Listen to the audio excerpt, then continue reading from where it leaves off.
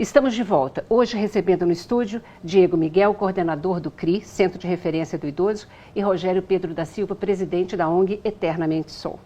Continuando então nossa conversa, Casey, temos algum exemplo interessante para a gente? Sim, nós temos um caso de uma senhora que ela levou, né, como dito, toda uma construção de uma história e que chegou um determinado momento da vida dela na velhice em que ela teve que retomar, né, os cuidados com seus familiares, né, depois da perda da mãe dela e tudo mais. E chegando nessa situação, se deparou com uma família evangélica e daí ela, ao chegar e precisar desses cuidados com os familiares, os familiares, não, tudo bem, você vem, né, a gente te coloca no quartinho lá do fundo, né, porém, você tem que deixar essa sua vida que você levava, né, com aquela, querendo camuflar exatamente qual era a vida que ela levava, né, que é a questão da sexualidade dela, e voltar para a igreja, né. Então, hoje ela está tendo o amparo familiar que ela necessita, né? Estar na igreja para poder, então, como uma contrapartida desse amparo familiar, porém ela é uma pessoa infeliz, né, consigo mesmo, porque ela teve que deixar toda essa história, né, da vida dela para trás, né, recomeçar uma nova vida, né, para então ela ter o mínimo de dignidade possível. Não sei se podemos dizer que isso é algum tipo de dignidade, né, mas uma questão de uma sobrevivência, né? E é justamente isso que nós procuramos, né, tentar amenizar toda o que é oferecido para esses idosos LGBTs, né? Capacitar profissionais, orientar as famílias, né, de que as pessoas, elas constroem as suas histórias, elas precisam manter as suas histórias, né, e as famílias, elas precisam entender um pouco disso, né, e não impor esses limites, né, essas regressos ao armário e as demais coisas. Isso é uma pena, né? Porque é a Sim. não aceitação do outro, né? Como é que eu posso chegar para qualquer pessoa e pedir, eu quero que a partir de hoje você deixe de ser o que sempre foi, o que você é?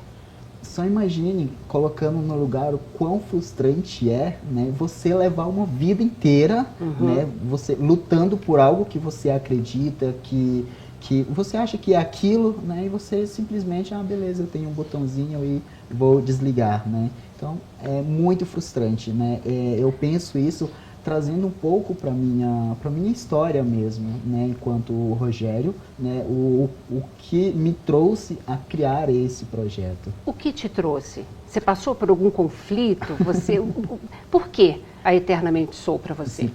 Foi justamente, a Eternamente Sou, ela me veio muito com esse olhar da preocupação para minha velhice, né. Eu fui criado pelos meus avós, né, o meu avô faleceu, daí eu fiquei com a minha avó, e depois, obviamente, eu fui morar com a minha mãe e tudo mais, né? Porém, beirando aí os meus 13, 14 anos, né? Eu estando lá sentado na igreja, bonitinho, orando, cantando, enfim, eu me deparei com essa questão de que os meus amigos lá, eles começaram, então, a se aproximar das menininhas com interesse, e eu já não tinha o mesmo interesse. Eu falei, poxa, alguma coisa tá diferente comigo, né? E eu fui pesquisar o que era exatamente aquilo, né? E eu falei, bom, eu sou gay, né? Porém, a igreja pregava de que aquilo era errado, de que eu iria para o inferno. Eu falei, como assim? Então, eu me deparei por muitos anos, né, com todo esse conflito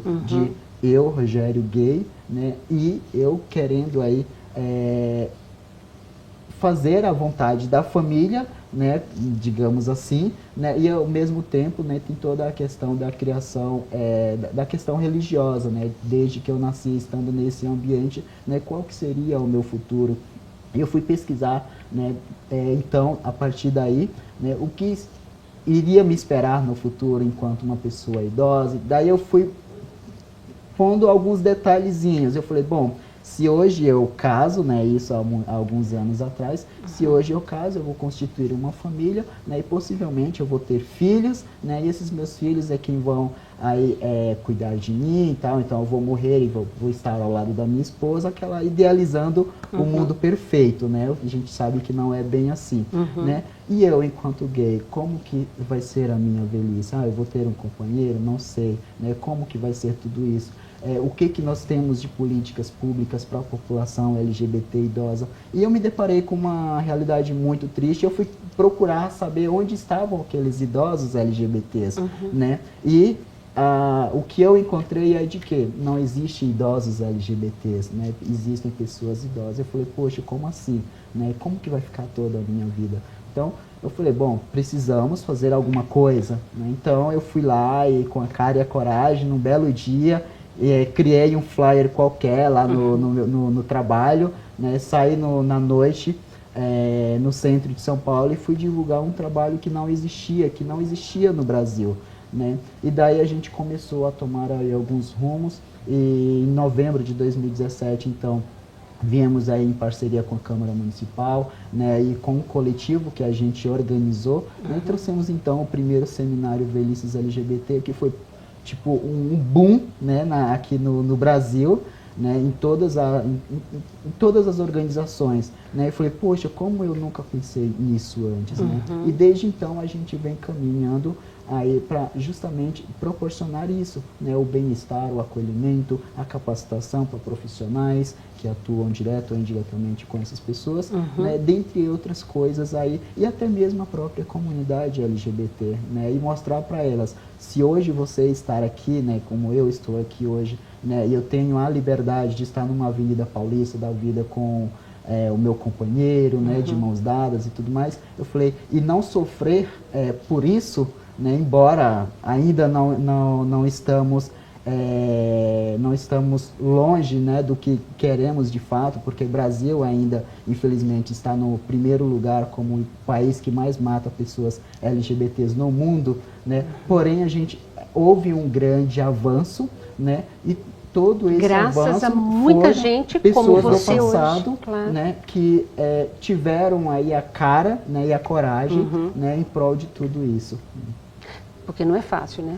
Se não é fácil a gente brigar pelas questões do envelhecimento, né, por uma cultura do envelhecer com mais dignidade, dirá você que é padrinho, né? Sim. Da Eternamente Sou. E esse encontro com o Rogério Pedro foi muito especial, porque a gente se conheceu pela internet, né, numa postagem que perguntava o que você acha de um centro de convivência para pessoas idosas LGBT. E me deparei com uma série de profissionais, inclusive profissionais que eu conheço, que comentavam, isso é um absurdo, isso é segregar, falamos de inclusão. E eu tinha acabado de voltar da Conferência Nacional de Direitos Humanos, muito impactado com o que eu vi, com essa intolerância entre as minorias, então pessoas idosas que não gostavam das pessoas LGBT, pessoas LGBT que oprimiam as pessoas com deficiência que não tinham paciência com criança e adolescente, e estávamos discutindo direitos humanos naquele espaço. Então, quando encontrei Rogério Pedro com essa postagem e os comentários, imediatamente escrevi para ele. Foi quando nos conhecemos, e desse encontro eu propus da gente fazer esse primeiro seminário Velhices LGBT, que teve o apoio da Câmara Municipal de São Paulo. E a ideia desse seminário era justamente fazer o lançamento desse tema, já que a própria comunidade da geriatria e gerontologia, não digo todas as pessoas, mas uma minoria me incentivou a não realizar esse evento. Ah, é? Ou seja, mesmo em grupos que a gente sim, supostamente imagina que é um pouco mais inovador, que tem uma cultura mais ampla, ainda assim há uma resistência, né? Não queriam que eu vinculasse meu nome a esse tema, para não ficar estigmatizado, porque eu já tinha uma carreira na área, mas encontrei também especialistas em geriatria e gerontologia que sou grato para o resto da minha vida, que falaram, não, Diego, vamos fazer, com todas as dificuldades. Você é uma voz importante, né, nesse processo. E foi quando lançamos o primeiro seminário, que foi o primeiro no Brasil, que gerou uma repercussão grande dentro e fora do país, né? Principalmente na comunidade acadêmica, profissionais que já pesquisavam sobre o tema, mas estavam pulverizados pelo Brasil, cada um trabalhando no seu consultório. Pessoas LGBTs, velhas, idosas, que queriam ter essa visibilidade, sempre tentaram dentro do movimento LGBT ter esse espaço e nunca conseguiram. E trabalhadores das políticas públicas, dos serviços para pessoas idosas. Tivemos muita procura e que foi um sucesso. Após esse primeiro seminário, nós verificamos que há uma necessidade de trazer, né, anualmente essa proposta. E também no ano passado nós lançamos o primeiro curso de envelhecimento, de introdução às velhices LGBT, gratuito. Eu acompanhei, foi um sucesso. E um curso inovador, e a proposta é discutir, dentro da geriatria e gerontologia, e estudos sobre sexualidade e gênero, envolvendo estudos LGBTs, de pessoas LGBTs, como que a gente constrói política pública e uma rede de apoio humanizada, sensível às questões da diversidade. Infelizmente, o nosso tempo está acabando. Eu vou querer o recado final de cada um de vocês. Inclusive, talvez você, Diego, falando exatamente dessa questão, quer dizer assim, a diversidade, em geral, o nosso discurso é vamos acolher, vamos incluir. Mas, por outro lado, muitas vezes, para conquistar, a gente também precisa meio que excluir e segmentar. Esse é o processo, né, que vocês têm levado adiante no Brasil como uma temática tão nova. Para nós, profissionais, é muito cômodo trabalharmos dentro das nossas perspectivas e daquilo que a gente acredita. Uma vez já conversamos sobre isso, sobre a importância do lugar de fala. Precisamos dar fala para essas pessoas. Precisamos buscar onde estão essas pessoas LGBTs e, de fato, se essas pessoas, como que elas se sentem nos atendimentos que nós oferecemos. É importante buscarmos capacitação, é importante abrirmos mão dos nossos valores morais e religiosos quando nós vestimos o nosso jaleco ou o nosso uniforme de trabalho. A bandeira que nós levantamos pelos direitos humanos da pessoa idosa.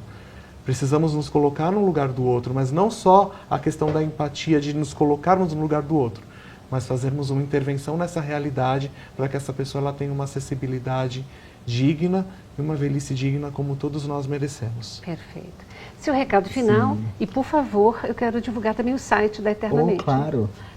Então, como recado final, eu acho que, aliás, eu tenho isso comigo, a gente envelhece a partir do momento que a gente nasce, né? Isso é mais do que natural, né? E que o envelhecer, ele é algo como uma glória, né? E ao envelhecer, você precisa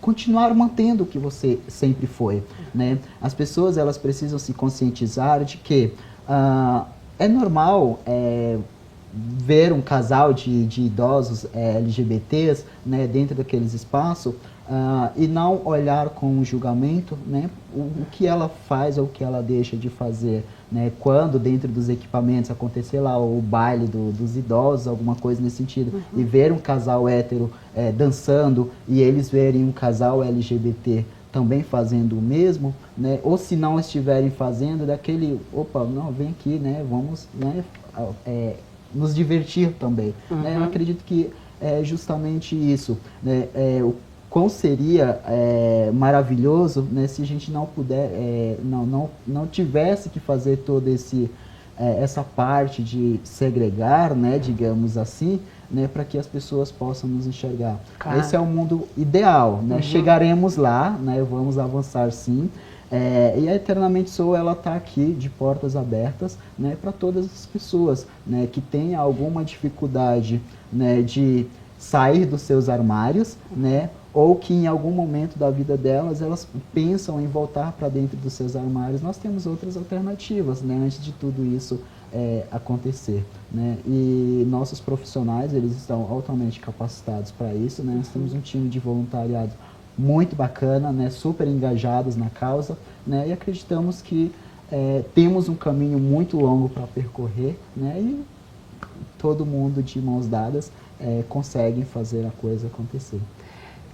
Muito obrigada. Certamente vocês já estão fazendo a coisa acontecer, viu? Opa. Super obrigada a vocês dois. Obrigado. Muito obrigado.